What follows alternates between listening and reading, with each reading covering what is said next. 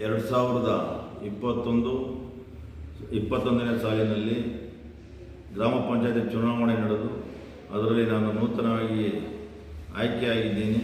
ಅಧ್ಯಕ್ಷರು ಸಹ ಆಗಿದ್ದೇನೆ.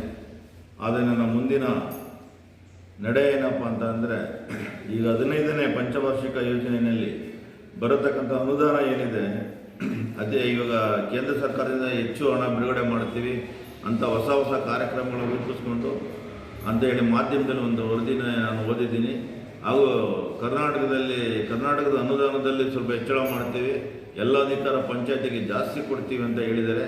ಆದರೆ ಇದು ಈ ಹಿಂದೆ 1993ರಲ್ಲಿ ಏನು ಗ್ರಾಮ ಪಂಚಾಯತಿ ಆಯಿತು, ಅಲ್ಲಿಂದ 2003ನೇ ಇಸ್ವಿಯವರೆಗೂ ಏನೋ ಒಂದು ಗ್ರಾಮ ಪಂಚಾಯತಿ ಏನಿತ್ತು, ಅದಕ್ಕೆ ಒಂದು ಒಳ್ಳೆಯ ಅಧಿಕಾರ ಇತ್ತು.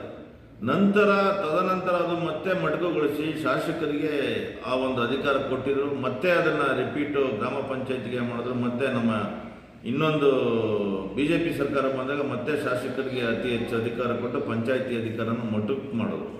ಹಾಗಾಗಿ ಪಂಚಾಯತಿಗೆ ಇನ್ನೂ ಹೆಚ್ಚಿನ ಒಂದು ಕಾರ್ಯಕ್ರಮನ ರೂಪಿಸ್ಕೊಡ್ಬೇಕು, ಹಾಗೂ ಇಲ್ಲಿಗೆ ಏನು ಅನುದಾನಗಳು ಹೆಚ್ಚಿಗೆ ಕೊಡಬೇಕು ಅಂತ ನಾನು ಕೇಳ್ತಾ ಇದ್ದೀನಿ. ಯಾಕೆ ಅದನ್ನು ಕೇಳ್ತಾ ಇದ್ದೀನಿ ಅಂದರೆ, ಎಲ್ಲೋ ಒಬ್ಬರು IAS ಆಫೀಸರು ಎಲ್ಲೋ ಕೂತ್ಕೊಂಡು ಒಂದು ಹೊಸ ಪಂಚಾಯತಿಗಳನ್ನ ನೂತನವಾಗಿ ಒಂದು 5 ವರ್ಷದ ಹಿಂದೆ ಮಾಡೋದು, ಅದು ತಪ್ಪು ನಡವಳಿಕೆ ಅಂತ ನನ್ನ ಅನಿಸಿಕೆ. ಯಾಕೆಂದರೆ ಈ ಅಡಕಮಾನಹಳ್ಳಿ ಗ್ರಾಮ ಪಂಚಾಯತಿ ವಾಕಬಲ್ ಡಿಸ್ಟೆನ್ಸಲ್ಲಿರೋದು ಒಂದು ಜನಸಂಖ್ಯೆ ಆಧಾರಿತವಾಗಿರುವಂಥ ಒಂದು ಪಂಚಾಯತಿ.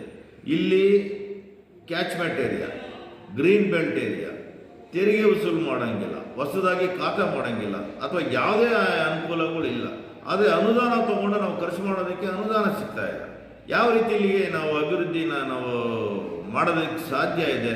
ಸರ್ಕಾರದವರು ಇದ್ರ ಬಗ್ಗೆ ಗಮನ ಹರಿಸಿ ಆ ಒಂದು ಯಾರು ಈ ಒಂದು ಗ್ರಾಮ ಪಂಚಾಯತಿಗೆ ಬರುತ್ತೆ, ಆ ಒಂದು ಕನ್ಸಲ್ಟ್ ಮಿನಿಸ್ಟರ್ ಇರ್ಬೋದು ಅಥವಾ ಒಂದು ಅಧಿಕಾರಿ ವರ್ಗದಲ್ಲಿರ್ಬೋದು, ಅವ್ರು ಇದ್ರ ಬಗ್ಗೆ ಕೂಡಲೇ ಪರಿಶೀಲನೆ ಮಾಡಿ ಇಲ್ಲಿಗೆ ಒಂದು ತೆರಿಗೆ ಕಲೆಕ್ಟ್ ಮಾಡೋದಕ್ಕೆ ಅವಕಾಶ ಮಾಡಿಕೊಡ್ಬೇಕು ಮೊದಲನೇದಾಗಿ. ಯಾಕೆಂದರೆ ಫುಲ್ಲು ಎಲ್ಲ ಏನೇ ಕೇಳ್ಕೋರು ಎಲ್ಲ ಹೈಕೋರ್ಟಲ್ಲಿದೆ, ಸುಪ್ರೀಂ ಕೋರ್ಟಲ್ಲಿದೆ ಅಂತೆ. ಹಾಗಿದ್ರೆ ಗ್ರಾಮ ಪಂಚಾಯತಿಗೆ ಏನಕ್ಕೆ ಬೇಕು? ಇಲ್ಲಿಗೆ ಅವಶ್ಯಕತೆನೇ ಇಲ್ಲ. ಹಾಗಾಗಿ ಇದು ಗ್ರಾಮ ಪಂಚಾಯತಿಗೆ ತುಂಬ ಅನ್ಯಾಯ ಆಗಿದೆ. ಈ ಒಂದು ಗ್ರಾಮ ಪಂಚಾಯತಿಗೆ ತುಂಬ ಅನ್ಯಾಯ ಆಗಿದೆ. ಅಭಿವೃದ್ಧಿ ಪಥದಲ್ಲಿ ತಗೊಳ್ಳೋದಕ್ಕೆ ಹಣ ವಸೂಲಿ ಮಾಡೋದಕ್ಕೆ ಅವಕಾಶ ಇಲ್ಲ. ನಮ್ಮ ಪೂರ್ವಜರ ಕಾಲದಿಂದ, ರಾಜ ಮಹಾರಾಜರ ಕಾಲದಿಂದ ಇಲ್ಲಿವರೆಗೂ ತೆರಿಗೆಯಿಂದನೇ ಎಲ್ಲ ನಡೆಯತಕ್ಕಂಥ ಒಂದು ಪ್ರತೀತಿ. ಆದರೆ ಇಲ್ಲಿ ತೆರಿಗೆನೇ ವಸೂಲು ಮಾಡೋಕ್ಕಾಗದೆ ದೇಶ ಅಭಿವೃದ್ಧಿ ಮಾಡು ಅಥವಾ ಗ್ರಾಮ ಪಂಚಾಯತಿ ಅಭಿವೃದ್ಧಿ ಮಾಡೋದ್ರೆ ನಾವು ಯಾವ ರೀತಿ ಮಾಡೋದಕ್ಕೆ ಸಾಧ್ಯ ಇದೆ? ದಯವಿಟ್ಟು ಇದನ್ನು ಸಂಬಂಧಪಟ್ಟ ಒಂದು ಅಧಿಕಾರಿಗಳಿಗೆ ಈ ಒಂದು ಮೀಡಿಯಾದಲ್ಲಿ ನಾನು ಹೇಳ್ತೀನಿ, ಮಾಧ್ಯಮದಲ್ಲಿ ಅದನ್ನು ಅವ್ರಿಗೆ ತಿಳಿಸ್ಬೇಕಂತ ಅವರಲ್ಲಿ ಕೋರ್ತೀನಿ. ಹಾಗೆ ನನ್ನ ಒಂದು ಏನಂದರೆ, ಒಂದು ಬಡವರಿಗೆ ಏನೇನು ಅವಕಾಶಗಳಿದೆ, SC STಗೆ ಅನುದಾನ ಏನು ಬರುತ್ತೆ, ಅವ್ರಿಗೊಂದು ರಿಸರ್ವ್ 25% ಏನೇನು ಸಿಗುತ್ತೆ, ಮೊದಲಿಗೆ ಆದ್ಯತೆ ಅವರಿಗೆ ಕೊಡಬೇಕು.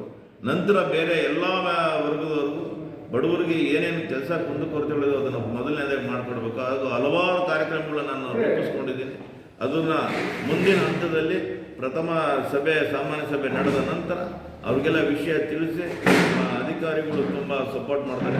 ಅವ್ರನ್ನೂ ನಾನು ಸಪೋರ್ಟ್ ತಗೊಂಡು ಹೀಗೆ ನಮ್ಮ ಜಿಲ್ಲಾ ಪಂಚಾಯತಿಲಿರ್ಬೋದು ಅಥವಾ ತಾಲೂಕು ಪಂಚಾಯತಿ ಸದಸ್ಯರಿರ್ಬೋದು, ನಮ್ಮ ಶಾಸಕರಂತೂ SR ವಿಶ್ವನಾಥ್ ಅವರು ನಮಗೆ ತುಂಬ ಅನುಕೂಲ ಮಾಡಿಕೊಡುವಂಥ ಶಾಸಕರು. ಈ ಭಾಗದಲ್ಲಿ ಅವರು ಕೇಳಿದ್ದನ್ನು ಯಾವುದೂ ಇಲ್ಲ ಅಂತ ಹೇಳುವಂಥ ಒಂದು ಇದಿಲ್ಲ ಅವರು. ಹಾಗಾಗಿ ನಮ್ಮ ಗ್ರಾಮದಲ್ಲಿ ನಮ್ಮ ಮುಂಗಾರು ಮಳೆ ಸಿನಿಮಾ ನಿರ್ಮಾಪಕರು ಹಾಗೂ ಮಾಜಿ ವಿಧಾನ ಪರಿಷತ್ ಸದಸ್ಯರು ಸನ್ಮಾನ್ಯ ಕೃಷ್ಣಪ್ಪನವರು ಸಹಕಾರ ಅಂತೂ ನಮಗೆ ಕೇಳೋಂಗೆ ಇಲ್ಲ. ಈ ಗ್ರಾಮದ ಅಭಿವೃದ್ಧಿಗೆ ಅವ್ರದ್ದೇ ಒಂದು ದೊಡ್ಡವಾದ ಒಂದು ಕೊಡುಗೆ ಇದೆ. ಆ ಕೊಡುಗೆನ ನೀವು ಈ ಗ್ರಾಮಕ್ಕೆ ಎಂಟರ್ ಆಗ್ತಾ ಇದೆ, ನ್ಯಾಷನಲ್ ಹೈವೇಯಿಂದ ಗ್ರಾಮ ಪಂಚಾಯತಿಗೆ ಬರೋವರೆಗೂ ಅದ್ರದ್ದು ಏನು ರೂಪರೇಷೆ ಮಾಡ್ಕೊಂಡು ಈ ಗ್ರಾಮ ಡೆವಲಪ್ ಮಾಡಿದ್ದಾರೆ ಅನ್ನೋದು ನಿಮಗೆ ತಿಳುವಳಿಕೆ ಬರುತ್ತೆ. ಅದನ್ನೇ ನಾನು ಹೇಳಬೇಕಾಗಿಲ್ಲ. ಅದೇ ರೀತಿ ಈ ಗ್ರಾಮಕ್ಕೆ ಇನ್ನೂ ಓರ್ವ ವ್ಯಕ್ತಿ ಅಂದರೆ ದಿವಂಗತ R ಗೌಡಪ್ಪನವರು.